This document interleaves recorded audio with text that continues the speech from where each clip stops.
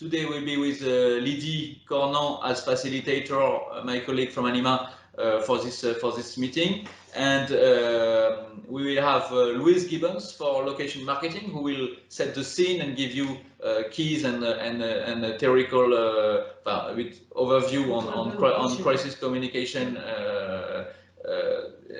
who she is with us today. Also Ziad Larbib, Vice President of ANIMA and Director of Marketing of FIPA Tunisia, who will share with you their practices. And finally, Rami Boujaoudeh, the Deputy Director General of Veritech, the incubator of Lebanon.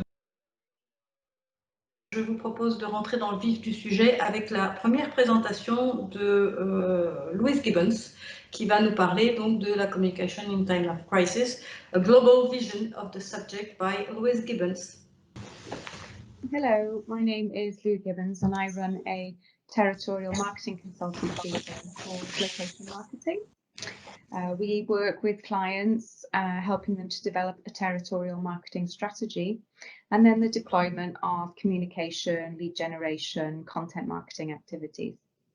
Thank you for logging on to this seminar today. I'm going to be talking to you for about 10 minutes around the subject of crisis communication, communication en temps de crise in French, and we will be applying that particularly to the domain of place marketing, place branding.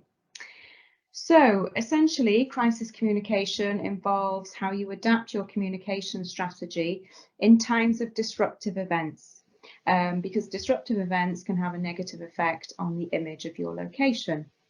So maybe we can start by talking about what does constitute disruption, because it can come in many forms. If you take the Western world, so Europe and North America, and this is where a lot of my clients are based, it's where I'm based, so I can really talk to this case. We've had a situation of linked to globalization of the supply chains and ever greater connectiveness in terms of transport and logistics. That has actually engendered a certain amount of disinvestment within Europe and North America, particularly when it comes to manufacturing investment, manufacturing operations. This is disruptive for a location. You open the newspaper and you see that a factory is closed. So not only is the location lost several hundred jobs, but this is also really bad for the image of that location. You can add to this what we refer to as the financial crisis of 2008. And the word crisis is in that expression. This has had a long-reaching effect on the attractiveness of Western locations, and that can be seen in examples of disinvestment and also the wage stagnation that we've seen in those areas. There are other kinds of disruption too that can come with certain events. So I'm thinking of things like terrorist attacks, which unfortunately many countries have lost victims to over recent years, climatic events such as volcanic eruptions, forest fires, tsunamis, as well as any form of political unrest, riots, demonstrations or coups. There are also, of course, sanitary incidents linked to health scares. And at the time of this recording in June 2020, we're living through the quite unprecedented time of COVID-19. And that is a subject I will come back to later on in this video. When these events, be they in the form of long disruptive disruption, probably not the right term, in terms of long-scale disruption or more sporadic violent events, when they do happen to a location, the image of that location will be tarnished, both in the immediate but also potentially over the long term. So as a territorial marketeer, what can you do? You want to limit the damage probably in the short term, but you also want to rebuild your image over the medium to long term. So let's look in the first instance about how we limit the damage in the short term. And there are some golden rules when you're dealing with a crisis, and there are things you should do quickly. One thing to remember is that image does not always reflect reality. I think we're all quite familiar with that nowadays in terms of some things that we can see in the media, particularly on social media. you need to manage the communication around your location. Continued communication basically allows you to maintain the trust that you've developed with the people who've already invested in your location or visited if you're working within place marketing for tourism needs, but also those who are thinking of coming to your country. You need to maintain the trust that you've already built with those people. So the golden rule of any crisis management situation is to speak first. It is basically, do not go silent, take the microphone, get on social media, but make sure that you are controlling the communication that is happening around that subject. And depending on the level of event, ordinarily you'd be doing that in terms of some kind of partnership with the political representation of your location. So following on from that immediate damage limitation, where do you go next? Well, there are two phases to the reaction.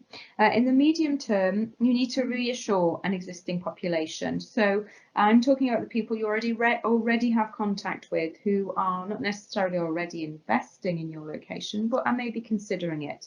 So you need to make sure that they know that it's still a good idea and it's still safe for them to come. And to do this, we favour inbound marketing.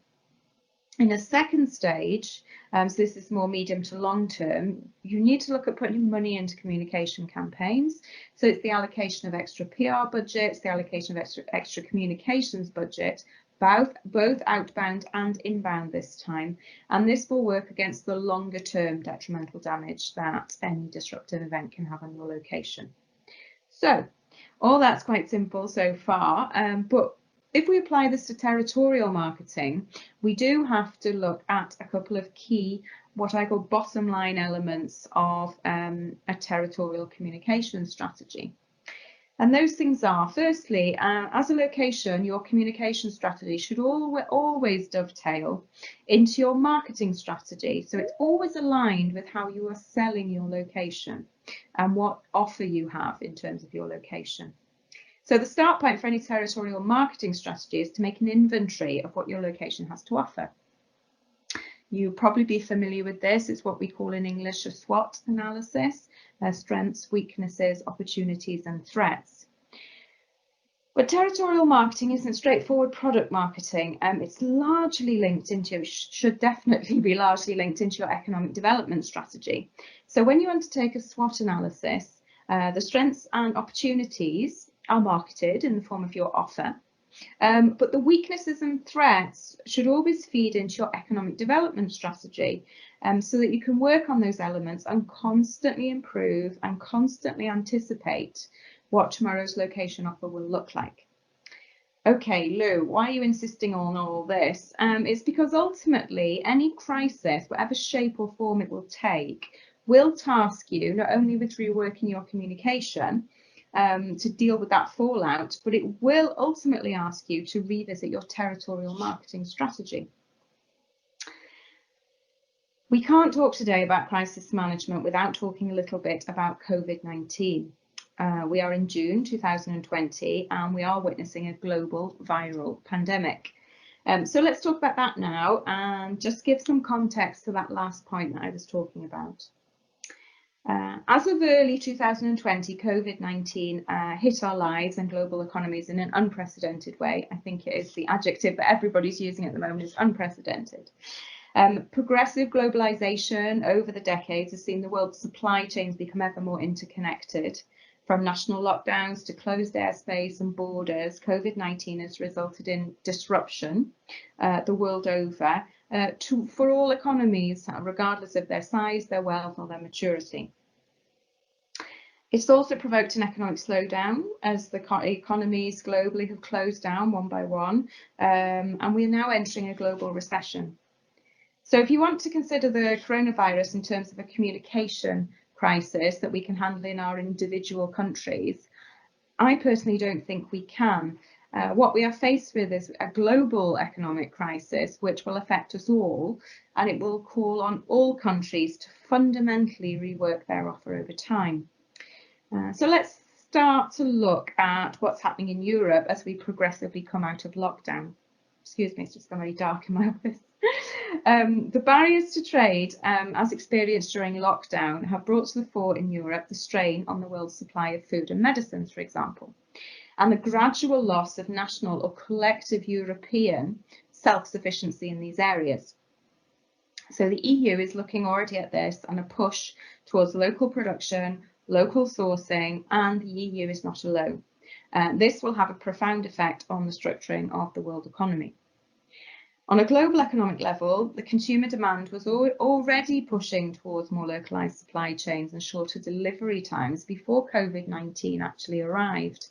The US had entered a semi-trade war with China, was challenging that China-centric supply chain, and this was further weakened when COVID-19 arrived in Wuhan, in China, and many major European manufacturers were stalled in their production. The amount of human-generated carbon dioxide fell by 17% in April 2020 compared to the daily average for 2019. Most of the cuts came from manufacturing, power generation and transportation, shipping and aviation. Resolutions have already been adopted on an EU level that any recovery and reconstruction package will have to be combined with the EU's Green Deal. So that means the stimulation of the economy will always incorporate climate change measures. So all of this is happening in Europe, but just as the pandemic made its way quickly around the world, by nature of the high level of connectiveness of our societies and economies, so will decisions made on this level in Europe, but also in other decision-making centres around the world, quickly reverberate around the global economy. So where is your location positioned in the global economy? It probably is time to revisit your SWOT analysis in an unprecedented way. I'll leave you with a small final example. It's about where I live in Toulouse, in France, in the southwest of France, which, as many of you will know, is the home to the Airbus headquarters and many of their assembly lines. The CEO of Airbus was quoted recently saying that Airbus will not get back to 2019 levels of production or turnover for the next 5 years. Will the vast supply chain network that supports Airbus in France and across Europe survive these 5 years? Toulouse was recently compared to Detroit on the BBC, suggesting that the area could be as devastated by job losses as the American Rust Belt. Actors in Toulouse are currently all pulling together to look at the future strategy for Toulouse, faced with potential catastrophic developments. Whereas there was already a strategy to promote transports of the future and the cross-pollination of technologies from the aerospace industry into areas such as automated cars, trains, trucks, hyperloop development and new drone technology, this strategy is now being pursued with even more urgency. It is speculation rather than reality at present, but Toulouse, like many other areas, many other locations at the moment, is preparing itself for a future that is unknown and is looking at how its offer may be able to evolve. Once they have this new offer, they will be able to control communication going forward. So to resume, crisis communication is a lot about seizing the microphone and making sure that you take control of what is being said about your location. But at the current time, you may feel that your means of an immediate reaction in terms of communication are limited, and that is understandable. We all are in the same boat in many ways. At this stage of the COVID crisis, it's more about reassuring your local companies and existing investors in the immediate. And so if you are a territorial marketing structure, I would encourage you to maintain communication with those companies and key economic players and make sure you are aware of any support they may need. At the same time, it's time to start anticipating what the world may look like tomorrow and where your location can position itself in what is being called the new normal. I'd like to thank you very much for your time today, and I think we will have contact later on in this seminar so that we can go through any questions you may have. Thank you. Bye. Merci beaucoup. Merci beaucoup Louise. Donc Louise qui est avec nous et à qui vous pouvez poser toutes vos questions. Thank you very much, Louise. So Louise is with us and you can ask her any question regarding the subject. Okay, Louise, maybe if nobody's got a question, what are the in a crisis like this where you want to reassure your clients, so companies, investors, so we understood and what you advise, which is trying to stick to communicate to them, investigate their needs, etc. What are the intercommunication channels in particular to use? What are the tools you would suggest to use, if there is any? C'est une très bonne question, Emmanuel, et quelque part, j'avais cette discussion ce matin aussi avec un client, et je trouve qu'on a pas mal, on dépend pas mal aujourd'hui sur les outils de communication un peu numériques.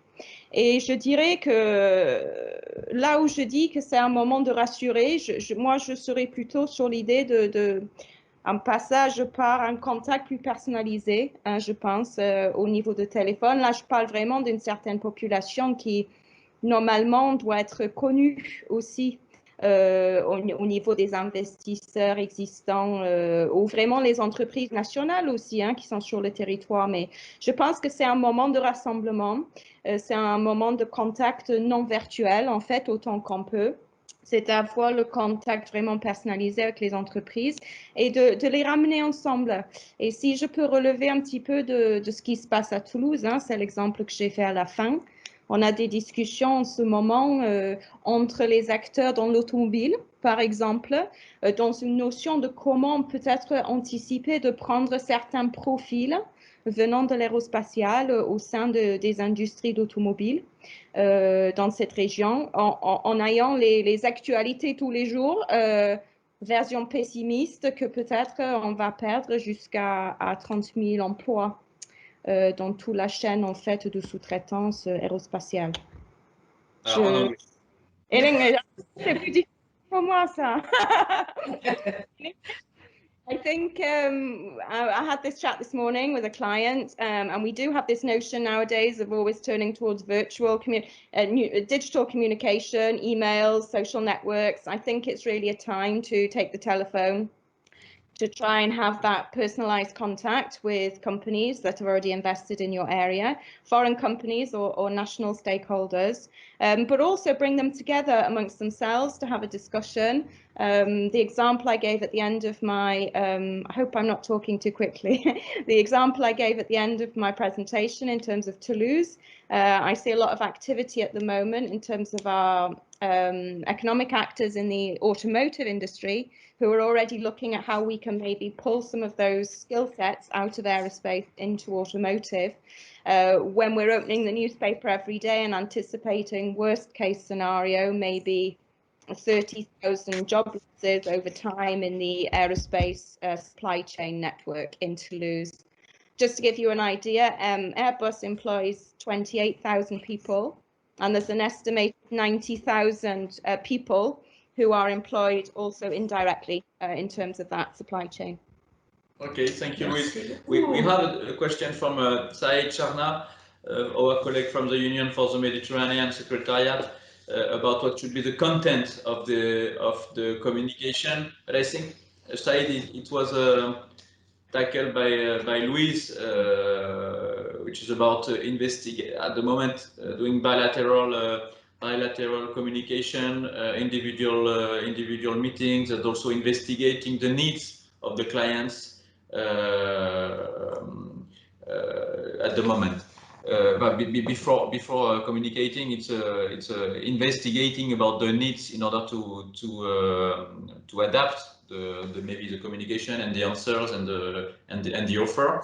Et il y a une French, non? Donc, tu n'as pas traduit ce que tu as dit. Non, mais je pense que c'est Saïd, il a écrit, je réponds à Saïd principalement. Ibtissam de l'Agence marocaine de développement des investissements qui dit faut-il d'abord revoir l'offre ou peut-on communiquer avant pour maintenir le contact et rassurer? Je pense que la réponse est dans ta question, Ibtissam, hein, ce que nous dit Louise. Tu es d'accord, Louise? Bonjour, Ibetsem, ouais, j'espère que tu vas bien. C'est tout à fait, en fait, le temps qu'on refait l'offre, c'est assez long, en fait, hein, et ça va évoluer avec le temps aussi. Donc, en fait, il faut prendre le contact d'abord, il y a la rassurance, et même c'est avec ces acteurs, en fait, qu'on va rassurer, qu'on va aussi revoir l'offre. Donc, c'est dans 2 temps. Il y a à rassurer, à les concerter aussi dans votre démarche et revoir ensemble, je dirais, l'offre parce que finalement, ce sont ces acteurs-là aussi qui font partie un petit peu de l'offre de New Normal.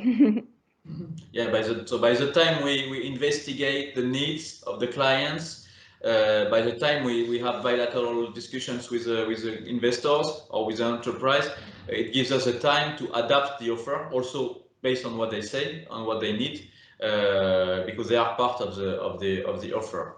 So it's a good time to communicate, but also to review your offer and to adapt your messages. I think we have to switch now to the next. Le mot de la fin peut-être. Last word.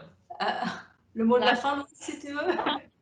Unprecedented, c'est le mot du moment. Merci à tout le monde et je pense qu'il y aura peut-être un petit peu de temps aussi à la fin s'il y a encore des questions, je ne sais pas. Je vous laisse voir. De toute façon, je suis à disposition pour ceux qui sont intéressés par tout ce Merci Louise. Merci. Merci à vous. On passe maintenant au cas d'étude donc de la FIPA, Ziad Larbi, qui va nous présenter donc la communication que la FIPA a menée lors de 2 crises en 2015 et en 2019 avec le Covid. Donc Ziad Larbi, on vous laisse, we give you the floor to present the FIPA case study. Bonjour, je suis très heureux de participer à ce webinaire et de partager avec vous des expériences de communication de crise telles que nous les avons vécues en Tunisie et à FIPA Tunisie. Tout d'abord, et comme on me l'a demandé, quelques mots sur mon parcours professionnel. Je m'appelle donc Ziad Larbi. Après une brève expérience au sein du CEPEX, qui est le Centre de promotion des exportations tunisiens, je travaille depuis 2003 à l'Agence tunisienne de promotion de l'investissement extérieur, à FIPA Tunisien, qui est une agence sous tutelle du ministère du Développement, de l'Investissement et de la Coopération internationale. Je fus dans les années 2010 responsable de la cellule de veille économique de l'agence et de 2014 à 2017 directeur du bureau de FIPA à Milan, qui couvre l'Italie et la Suisse. Dès mon retour en 2017, je fus directeur de la stratégie et des études de l'agence et par la suite, à partir de 2019, directeur de la promotion générale auprès de FIPA. Je suis également depuis 2018 et accessoirement consultant en partenariat industriel et en promotion de l'investissement. Je voudrais tout d'abord rappeler que nous sommes heureux de pouvoir fêter cette année le 25e anniversaire de FIPA, qui a démontré pendant ces longues années son apport à la captation des investissements directs étrangers en Tunisie. Dans cette courte vidéo, donc, je vais évoquer 2 gestions de crise que nous avons menées à FIPA et leurs principales actions. Je vais tout d'abord vous présenter les opérations menées à l'agence au cours de la période 2015-2016 pour par la suite nous intéresser aux actions qui ont été gérées, menées par la FIPA à la crise sanitaire du Covid-19 dès le début de la crise de cette année. Tout d'abord, et comme vous le savez, la période 2015-2016 a été marquée par nombre d'attaques de groupes extrémistes, notamment en Europe, Asie et Afrique. La Tunisie n'a pas été épargnée et a enregistré pas moins de 3 attaques sur son sol, qui ont quelque peu terni l'image du site tunisien d'investissement. Notre rôle à FIPA a donc été de permettre une meilleure visibilité du site et de ses atouts qui demeuraient compétitifs et communiquer à travers des campagnes médiatiques ciblées sur la situation économique réelle du pays. On faisait face en effet pendant cette période un nombre d'informations biaisées et on se devait de donner une information qui soit la plus crédible possible sur ce qui se passait réellement en Tunisie. Les actions au cours de ces 2 années ont pris 2 formes. Tout d'abord, une campagne médiatique portée principalement par nos bureaux de représentation au plus près de nos principaux partenaires économiques, à savoir la France, l'Italie et l'Allemagne. Il s'agissait également d'organiser des actions promotionnelles les plus ciblées possibles auprès de nos marchés émetteurs traditionnels, mais aussi auprès de marchés non traditionnels d'IDE, notamment en Amérique et en Asie.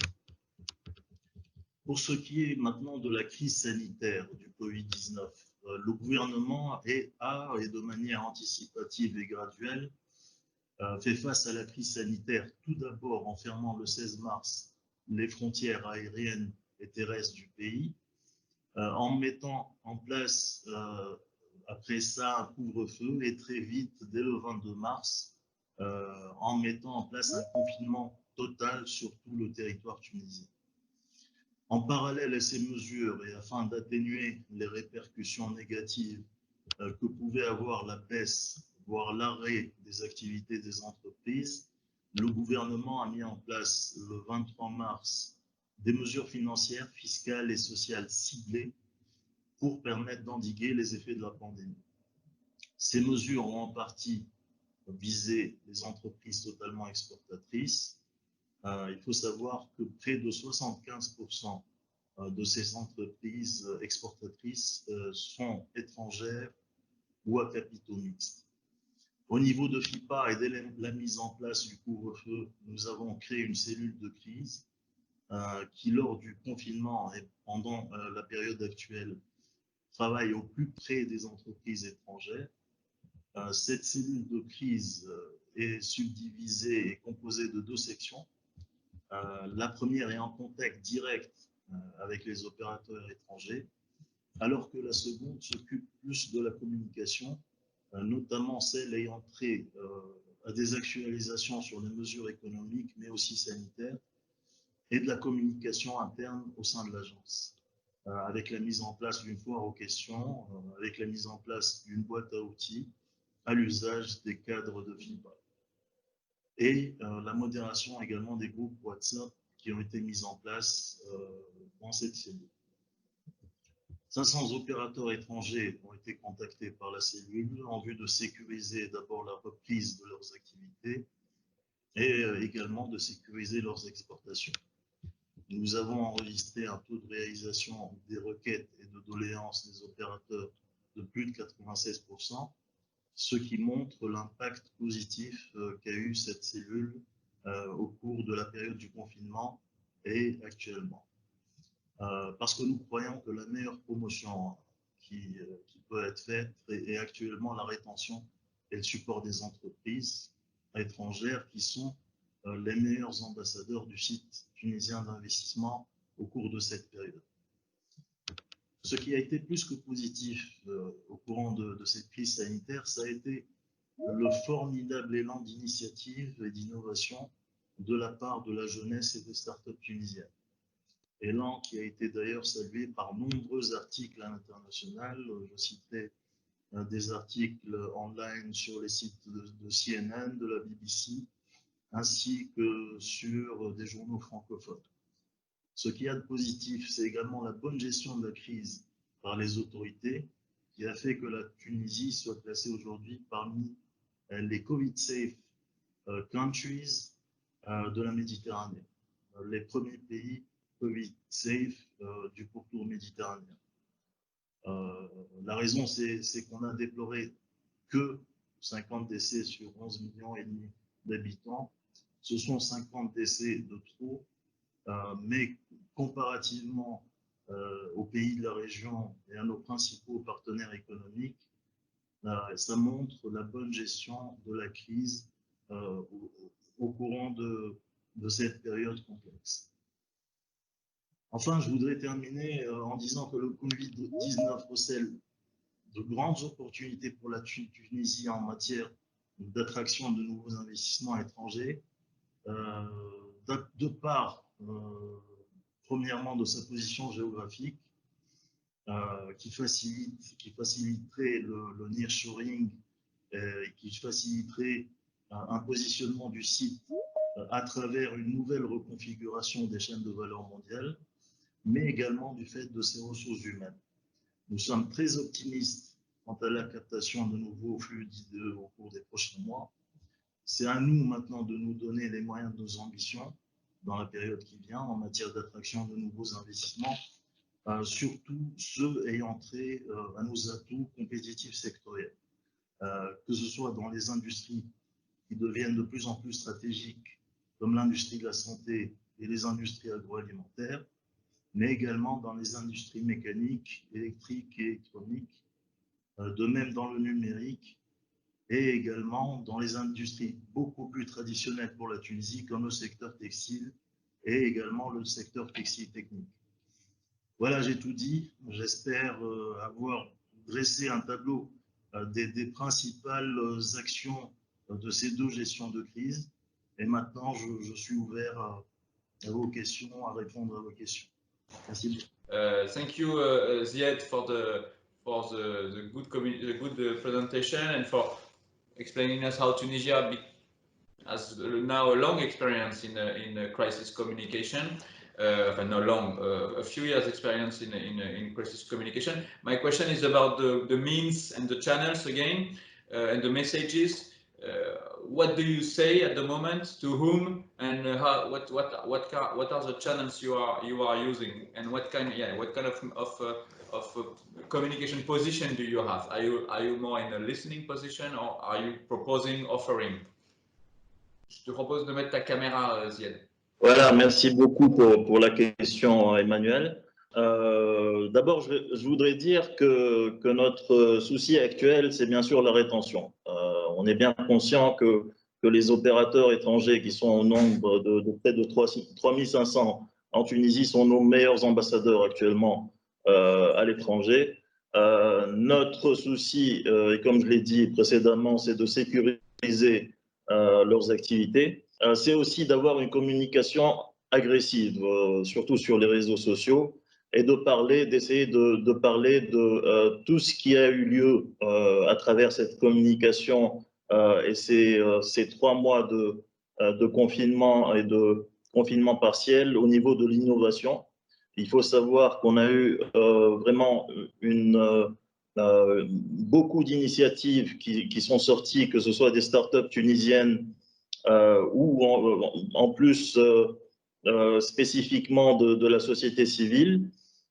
Donc, les canaux de communication sont nos réseaux sociaux. Qu'est-ce qu'on communique? Surtout donc sur ce côté innovation, sur les index, sur les indices et les classements de la Tunisie, mais aussi sur les principales initiatives qui ont été faites. On communique aussi à travers ce qui est le principal déterminant de notre attractivité, qui est le capital humain. C'est quelque chose qui va être de plus en plus important, comme on sait, le post-Covid va être plus un recentrage vers l'humain. Donc, c'est intéressant de communiquer sur la qualité de nos ressources humaines. L'autre point sur lequel, bien sûr, on communique, c'est notre position géographique pour essayer justement d'exploiter cette reconfiguration des chaînes de valeur mondiales qui va avoir nécessairement lieu, essayer de communiquer sur la possibilité de nous positionner en termes de nearshoring sur des atouts compétitifs sectoriels que l'on a déjà. L'autre... On va traduire, Ziad. On va commencer à traduire. Tu peux te traduire toi-même, ça t'ennuie pas? Yes, no problem. The first canal to communicate around the networks, around our networks, it's innovation with all the initiatives that have been made in this current COVID-19, specifically from the youth. The second way to communicate is across our competitiveness regarding human capital and human resources. The third is to communicate across our geographic position in the region, to explore the possibility, the capacity of Tunisia to be in line with the nearshoring. And the fourth, et le quatrième moyen, c'est aussi un moyen plus original, c'est de communiquer à travers la bonne gestion de crise. Je crois que dans le pourtour méditerranéen, nous avons eu des résultats assez conséquents en matière de bonne gestion de crise, en mettant en place que ce soit des mesures anticipatives ou des mesures graduelles de gestion de la crise sanitaire depuis 3 mois.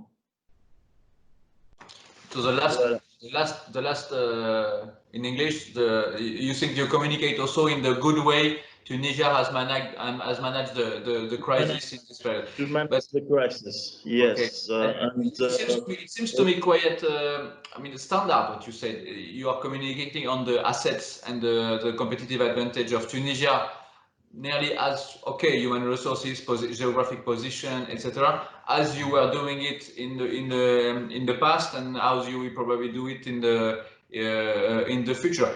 Do you have a good listening, a good understanding from the investors in this?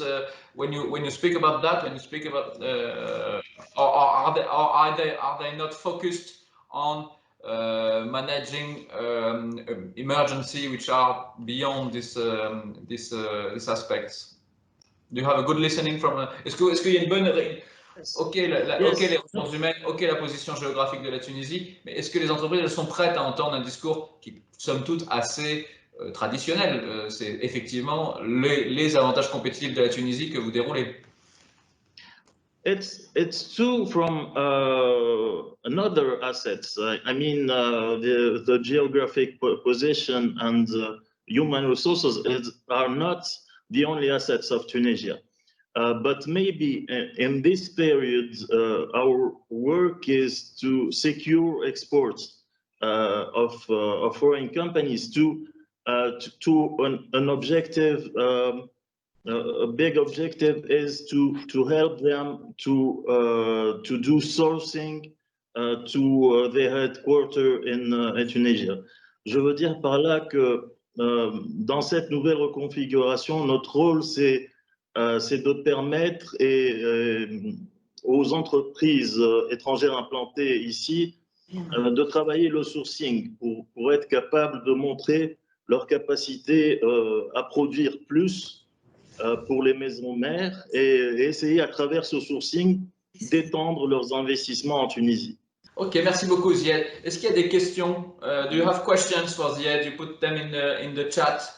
Zied, so Lou is raising question. Zied, avez-vous peur de désinvestissement de Tunisie quand on regarde de plus en plus en Europe? Oui, il y a beaucoup d'agences d'investissement, de promotion d'investissement européennes qui sentent qu'elles vont devoir créer des services de relocation pour ramener des entreprises de l'étranger vers chez eux. Est-ce que c'est une crainte que vous avez en Tunisie? So there are investment promotion agencies in Europe. They are organizing themselves because they think that they will have to relocate, which means helping their companies from their country to come back in Europe, to come back to their country. Is it something you feel in Tunisia? Do you fear that the foreign investors will leave to go back to their home country? C'est une très bonne question. Moi, je crois que cette stratégie de relocalisation ne va pas coller avec les business models des entreprises, clairement. Pour être concret, c'est bien de parler de ça, je crois, en Europe, mais concrètement, au niveau des entreprises, économiquement, ça n'est pas viable. Il y aura toujours besoin de coûts compétitifs. Et je vois mal une entreprise européenne relocaliser en Europe sa production. C'est pour ça que le nearshoring va être d'actualité pour la recherche justement de circuits courts de production. Donc c'est là où l'opportunité existe pour les pays de la rive sud Méditerranée Et donc pour la Tunisie. So you think that in fact there is an opportunity for the South Mediterranean country because the business model of multinational company will not permit that they relocate. They need to have competitive costs for their production, and they need to be in countries where they can find this competitive cost. And the south of the Mediterranean is among these countries. So these fundamentals make you not fear that there will be a relocation trend. Merci Zied. Merci beaucoup. Merci à vous. Voilà. Merci beaucoup Zied. Il est toujours en contact de toute façon via le chat si vous avez d'autres questions. Et puis on va peut-être maintenant passer à troisième intervenant. Troisième intervenant qui est donc Rami Boujaoudé du Liban, qui va nous parler de sa communication en temps de crise. Si Manon peut nous mettre la vidéo. So now we have voilà. Rami Boujaoudé, Deputy General Manager from Beritech in Lebanon, who will explain his case study as well, his problematic and its needs. Okay? Rami Boujaoudé, it's yours. My name is Rami Boujaoudé and I'm the Deputy General Manager of Beritech. I'm here today to discuss about Beritech and its role in communication in times of crisis. This session is recorded and scheduled to be shared with the ANIMA Investment Network. So Beritech is an entrepreneurship ecosystem. We're an all-inclusive ecosystem that supports its own entrepreneurs and works across Lebanon to support the growth of Lebanese entrepreneurs in general. We work on setting up and shaping the society, supporting the idea of entrepreneurship and working across multiple platforms to be able to create the right environment for businesses to grow. We work as a nucleus with different stakeholders in the ecosystem of entrepreneurs to influence policymakers, support legislation transformation, to issue the right laws to support those entrepreneurs.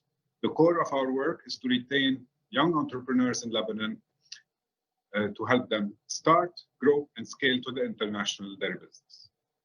What do we offer? We offer 4 components. The first one is an ecosystem where we connect stakeholders, influence policymakers, and shape cultural norms. At the community level, we build networks locally, internationally, and amongst entrepreneurs to help in exchanging expertise, serve needs, and connect mentors, experts, and customers with the entrepreneurs we work with. At the level of funding, we facilitate access to funding, we stimulate investments, and bring experiences to share with those entrepreneurs on how to raise funds. We provide grants, and we support in equity fundraising and equity funding with those entrepreneurs. And our last component is knowledge, where we catalyze growth. We work with different components, different partners, locally and internationally. We work on ensuring sustainability of the programs we do across multiple verticals, and we help accessing resources locally and internationally to support the ecosystem we serve. The tools that we use to foster innovations are many. The online platform and communication is a way to help people connect, reach out to open innovations, and support intervention in their growth. We work a lot on outreach and motivation to connect people with the sector. So we do a lot of hackathons, ideathons, field visits. We support final year projects in universities to help them convert into an entrepreneurship project. At the level of IP valorization, we work heavily with universities, private sector, public sector to work on encouraging IP valorization to connect and support the linkage between innovation and industry. At Beritech, we are proud to have the Fab Lab in the country where we support innovators, makers to use the space and the facilities and the network to fastly prototype different type of components for an entrepreneur or a maker to make a difference. We have a number of acceleration and incubation programs where we host and support entrepreneurs during a period of time and support them with the commercialization, the fundraising, and internationalization of their program. For our programs, several grants and matching grants are given to the entrepreneurs at different levels of their journey to help them reach to a level where they could either reach to friends, family, or angels, or even investors to support them. Through clustering, we help support many startups and SMEs to lobby together, work together on becoming more competitive more international, and work together on faster and more efficient and more resilient value chains. In terms of numbers, between 2002 and 2018, we supported more than 3,700 entrepreneurs, helped in the success of 4 exits, created several direct jobs. We incubated many startups. We hosted more than 330 companies. We fundraised about $20 million in programs, invested $70 million in startups, and raised with the startups about $2.5 million in grants. Now, talking about the crisis, talking about how did we do things and pivoted from the offline to the online, these are some of the things that we've done during this period. So we've pivoted online from workshops, webinars, or Zoominars, or you name them, from events to e-events, and from meetings to online acceleration tools. What happened during the COVID-19 pandemics? This pandemic created an extra layer of hardship to an already existing struggling Lebanon. Lebanon, as you may know, is passing through a very difficult financial, economical, political struggle. And this has been, increasing day by day since October 2019. We are currently going through a very rough economical and political crisis, but at Veritech, we have always been resilient, been working hard on driving that economy forward, keeping the promises and keeping those entrepreneurs with ideas to be able to drive through those difficulties and reach to a safer ground. The team at Veritech responded swiftly and to those concerns and requests and those transformations since the confinement took effect. And then we started working with different tools and mastering those tools to do multiple things. So Zoom video communication was one of the core elements of communication with the masses. We use several platforms like Typeform, for example, to collect data and share information and reply to concerns and so on. And we use Mailchimp, for example, to support us through community development and social media communication. The main subject of discussion during the crisis was to support our community in terms of change. They were facing change, we were facing change. And what we needed to provide them with is the tools, the documentation, the expertise, and the content they need to work around this crisis. So these are some of the topics that we helped heavily during the crisis through online and communication to help them resolve. Crisis management was one. Pivoting in time of change, and as we know in our space of entrepreneurship, pivoting is core, and in crisis it's even more important. It's the most, as you know, the most change happened not from the agility of the financial potential of a startup, but more its agility to transform change. Resilience was another component because people needed to be stronger, need to work together. Marketing in times of crisis was another component because we needed different techniques to go there. We provided a lot of our entrepreneurs and community on tips on how to work from home efficiently. Finance management was core because the world was being emptied fast and not efficiently. They needed to manage their labor, their cost, and everything. In terms of validation, acceleration, and incubation, in terms of working with potential users, end users, testing, and so on, a lot of tools were given to our entrepreneurs to teach them how to cruise around those questions, concerns, reach out to customers and beneficiaries at the end to see how they can do it. And challenges and innovation opportunities in specific sectors such as clean tech. So we have run a number of tools and sessions to teach people about a particular topic that we had to work with. So when it comes to the core, if you want the core attraction to keep our community engaged, it's related to content. We were not the only one, as you know, we were not the only one who were trying to reach to their community online. The online platform were huge, invitations to webinars, Zoominars, sessions was always present. Everybody was asking to share content and info. And I think with our 20 years of experience in entrepreneurship, this has allowed us to write about subjects credibly. So we were able to talk about different contents and share different information that were valuable to the people that all this content that was created was publish on multiple platforms to be able to reach as much as possible the audience that we work with and the people that need most the content that we have. So with that, we have published on our website, on our social media, and sent via emails and newsletters on our weekly Veritech Beat newsletter. So we profiled startups and SMEs. We wrote in-depth articles on different subjects of interest of our community. We shared several tips and insights, and we were interviewed in the media and shared that content with others.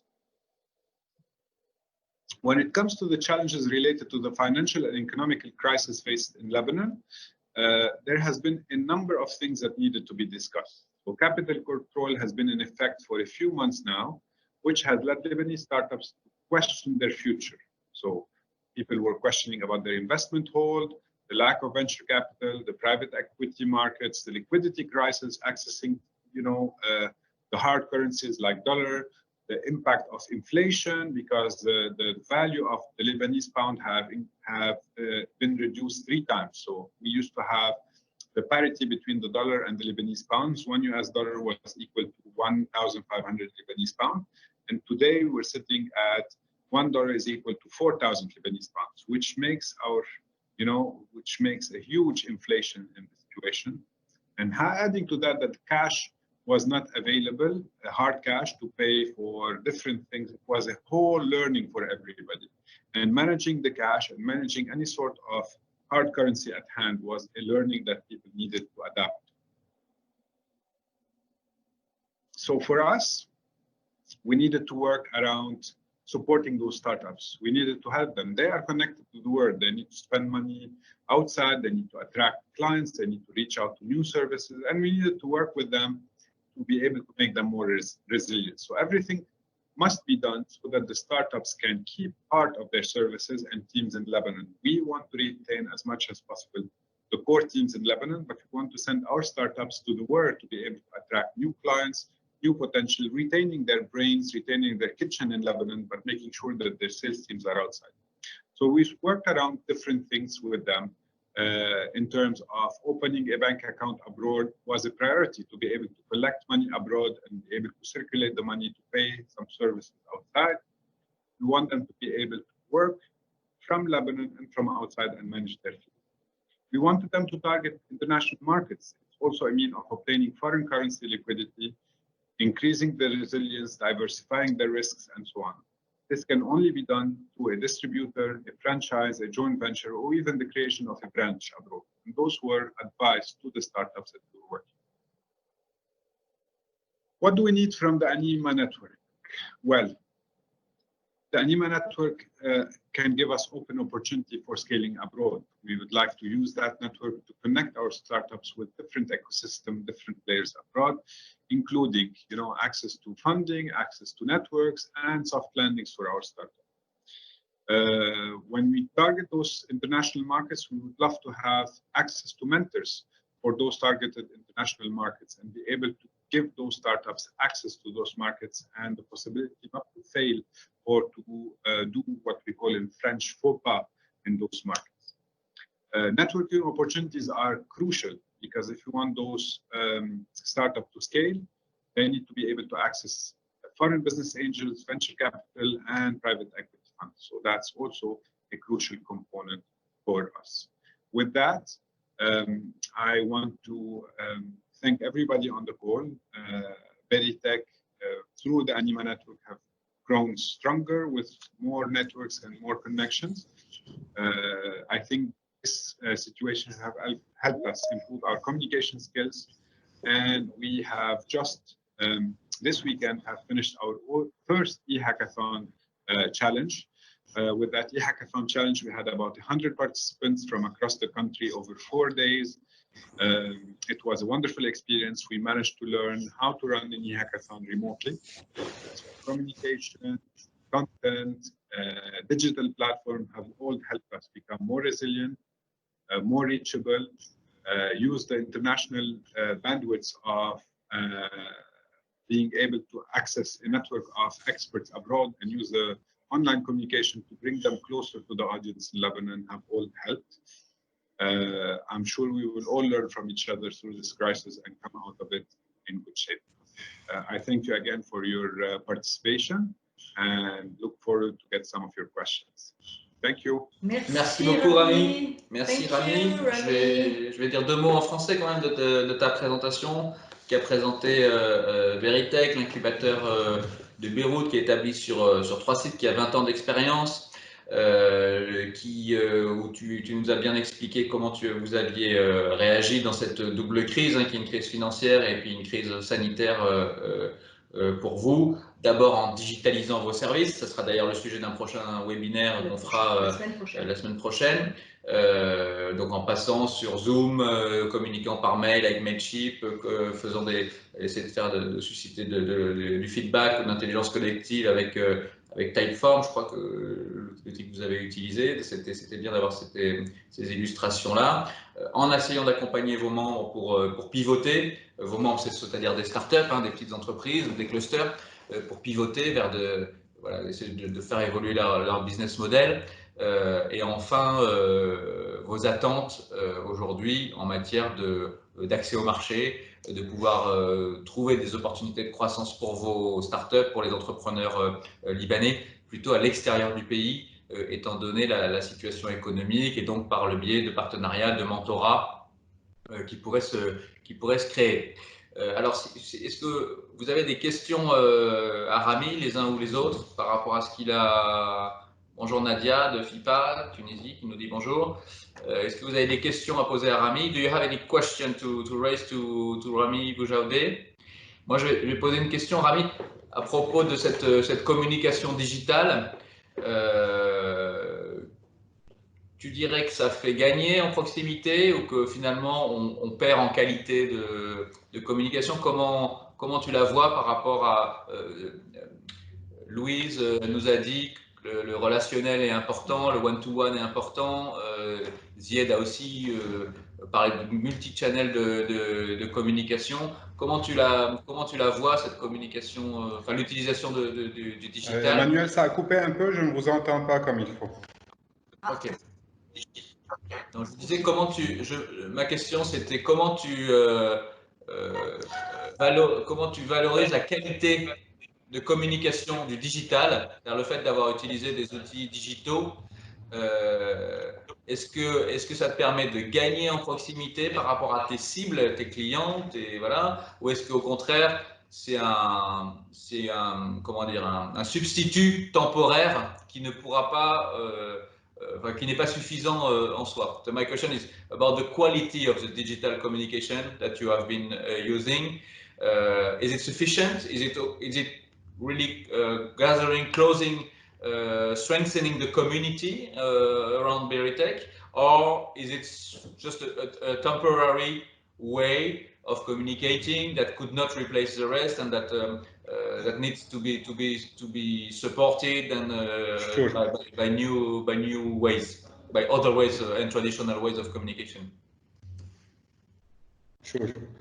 So basically, I think we were shy on digital communication. People like to have those personal meetings face to face and so on. And ok, d'accord. Alors, avant le Covid-19, les gens aimaient surtout quand on visitait des clients, des agences de support, des ministères, etc. Ils aimaient les face-à-face. Ça prenait du temps avec l'embouteillage et tout ça, c'était un peu compliqué. Et après le Covid, tout était en ligne. Je crois qu'on a besoin d'un mélange. Je crois que maintenant, les gens acceptent de plus en plus des webinaires, ils acceptent de plus en plus des réunions en ligne. Ils sont beaucoup plus confortables avec ça. Et on a vu qu'on peut attirer beaucoup plus de gens qui veulent participer à nos activités s'ils peuvent participer d'une façon digitale, remote. Durant les formations qu'on a fait en ligne, les webinaires, etc., on a pu attirer des gens du nord du Liban, du sud du Liban, des gens de l'extérieur. On a pu attirer des experts à l'international pour parler dans ce genre de sessions. Et ça a ajouté de la valeur avec notre audience, nos entrepreneurs. L'expérience qu'on a eue avec le e-hackathon qu'on a fait la semaine passée, était exceptionnel. On ne s'attendait pas à ça. C'était la première fois qu'on fait un e-hackathon. Ça a pris 4 jours.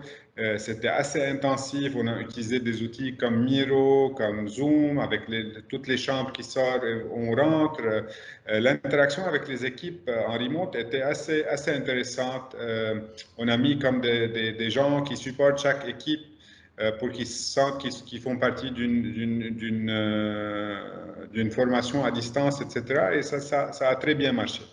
Alors, je crois que... What you're saying is that it's different and people get to be used with this digital communication. Before you had a lot of one-to-one meetings with institutions in Lebanon, and obviously in Beirut there is a lot of traffic, so it takes a lot of time. So you worked remotely with digital, and today new behavior, new habits are being established, which is for good and which is probably good.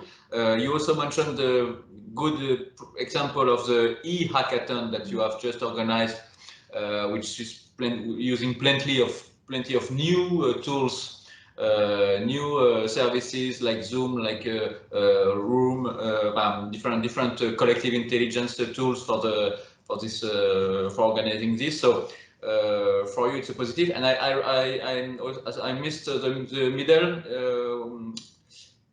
You said also something else that I did not translate. Sorry, we talked about an e-hackathon where we really used the digital tools. That? Didn't get you. Can you repeat? Okay, no, c'est pas grave. There are questions from the participants. Did the organization change at Beritech due to this situation? First. And second question is about the business opportunities. Do you see for Lebanese companies business opportunities arising from this crisis, or are you still monitoring this? Okay, so in terms of organization changes, not much has happened, but I think the teams learned that they can work remotely with each other. You know, the culture of working from the office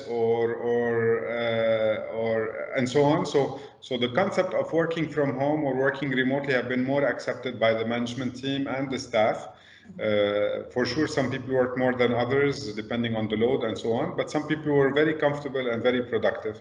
But there was no organizational change within the teams. On the contrary, we were still driven to make more efforts and support. We were affected mainly on the real estate or the rental of facilities that we have. We do have about 12,000 square meters of facilities, and we had to lock those offices down. So we lost some of our startups due to the economic and the COVID-19 crisis. So we have a down in terms of facility servicing, but in terms of programs... Pas de réorganisation des équipes. A priori, tout le monde a appris à travailler de la maison. Même au niveau de l'équipe de communication, pas de réorganisation majeure à noter. Votre impact principal, il a été sur l'immobilier, puisque vous avez 12 000 m² de bureaux alloués sur vos 3 sites d'incubation. Et effectivement, ça a été mis sous pression puisque les gens n'étaient plus, les entreprises n'étaient plus au bureau. Et alors sur les opportunités qui peuvent émerger, est-ce que vous entrevoyez déjà des opportunités de business liées à cette crise?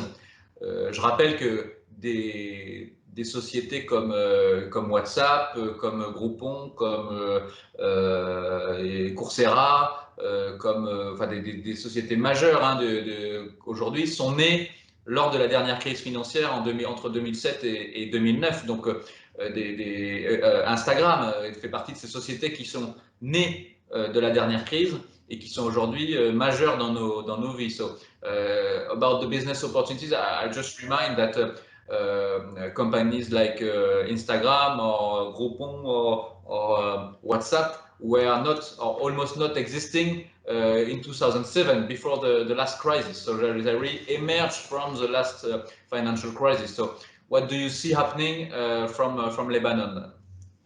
Well, we've seen a surge in e-commerce, for example. E-commerce is still shy in Lebanon. We do not have a lot of the trust in card payment was weak, and we had a lot of cash on delivery. So we've seen a lot of e-businesses growing, a lot of transformation in businesses growing. So people had to, you know, advance on this. So we've seen a lot of the e-businesses growing in Lebanon during this crisis. We also believe that there will be a lot of transformation in Lebanon. We used to be more into service industry. Now there is more and more interest in transformation, digitization, and so on. So we're looking at how can, you know, this crisis help transform not only Lebanon but the region, because Lebanon is too small for just transformation. We need to always look at the region, and I'm sure there will be more coming up, especially at the level of e-commerce, e-learning, e-sharing, digital communication. There will be a lot of this happening soon. Okay.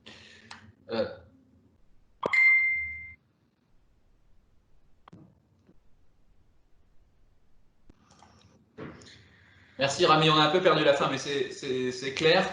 There is a new question from Louise about VC, venture capital investment for startups. There seems to be a feeling in London that investment will shrink and investors become more selective. What is your view on that? Well, for Lebanon itself, we definitely will see a VC shrink. VC investment shrink. There's definitely with the economical crisis, with the VCs that were connected to the central bank and the local banking system in Lebanon, we are definitely seeing a shrink, and because they were linked to the local dollar, so there's a huge devaluation because payments are only made in Lebanese pounds. So if people were looking to raise $100,000, now they are actually raising the conversion of it, that they are raising about $30,000 in value, and it's going to be very tough for Lebanese startups to raise funds locally. So there will be a transformation. On va faire une petite traduction en français. Oui, donc Louise posait la question de savoir est-ce que les capitaux risqueurs, les investisseurs privés de Londres ont dit que ça va beaucoup baisser, qu'il y a beaucoup de contraction des investissements. Est-ce que c'est le cas au Liban? Donc Rami confirme que, en plus de la crise, il y a la situation libanaise qui fait que voilà, oui, en effet, les investissements en capital vont se contracteront probablement. Moi, j'ai assisté à des webinaires d'investisseurs sur ces sujets-là. La question qui est surtout posée, c'est la question de timing. C'est-à-dire qu'aujourd'hui, les investisseurs n'arrêtent pas d'étudier des dossiers. Ils continuent à regarder les dossiers et les opportunités qu'on peut leur proposer. Le problème qu'ils ont aujourd'hui, c'est de faire en sorte que leur portefeuille d'investissement passe cette crise. Et donc, ils sont concentrés sur ce qu'on appelle le pivot, ou en tout cas la transformation ou l'accompagnement de leur portefeuille d'investissement et éventuellement les réinvestissements qu'ils doivent faire dans ces entreprises auxquelles ils croient et qui doivent passer cette crise. So I also attended to some VC venture capital seminar webinars, and they were saying that they are currently not stopping to study files and investments, so they are continuing to try to identify opportunities. They say they are ready to invest. The thing is, they are concentrating on their portfolio, or their current portfolio of company. So they are looking to help their clients, their investees, to pass this crisis, either by giving them advice, helping them in turning their strategy, or re-injecting cash investment within these companies to help them to pass this crisis. So it's a situation. Est-ce qu'il y a d'autres questions? Other questions to Rami? No? Ok. So, je vais passer la parole à Lydie pour conclure, en remerciant beaucoup Rami, Zied et Louise pour vos interventions. Merci. Bonne chance pour la suite. Pour la suite, pour la communication. Si vous avez d'autres questions pour les trois autres personnes, n'hésitez pas à nous les faire parvenir par mail ou alors il y a encore le chat quelques instants. La semaine prochaine, vous aurez la digitalisation au service des entreprises. Donc, comment trouver les bons outils, comment mettre en place une digitalisation pour apporter les services aux entreprises dans ce Covid-19. So, digitalization of services for companies to keep in touch and to help the companies in this specific context of COVID-19. On July the 7th, there will be a webinar on aftercare and safeguard services for enterprises. Donc, le 7 juillet, ce sera des services d'aftercare et de sauvegarde pour les entreprises. Et le 22 septembre, oui c'est ça, la veille stratégique et la prospective, Strategic Watch and Prospective, ce sera juste après l'été. On aura le temps de revenir sur ce sujet, on aura eu le temps de maturer un petit peu tout ça. Les webinaires se structureront toujours à peu près de la même manière parce qu'il est vraiment intéressant d'avoir une vision globale, puis des études de cas, une ou deux, et des questions que nous espérons nombreuses pendant ces webinaires. The webinars will have always the same structure with a global vision and case studies to speak about. Thank you very much for your attention. Merci pour votre attention. N'hésitez pas à revenir vers nous. Via le site web, vous avez nos contacts et nous répondrons avec grand plaisir. Le mot de la fin? Well, thank you very much for, we were about over 30% attending this first webinar, so speak to your colleagues about if you are interested in this webinar. You can access a replay of this webinar and share it to your colleagues. Thank you very much to Zied, Louise, and Rami for sharing their views and expertise in this first webinar of the year, because we will organize 8 sessions in the coming weeks and months. So thank you everyone, and we hope to see you very soon in the next week for the webinar on digitalization of the services to companies.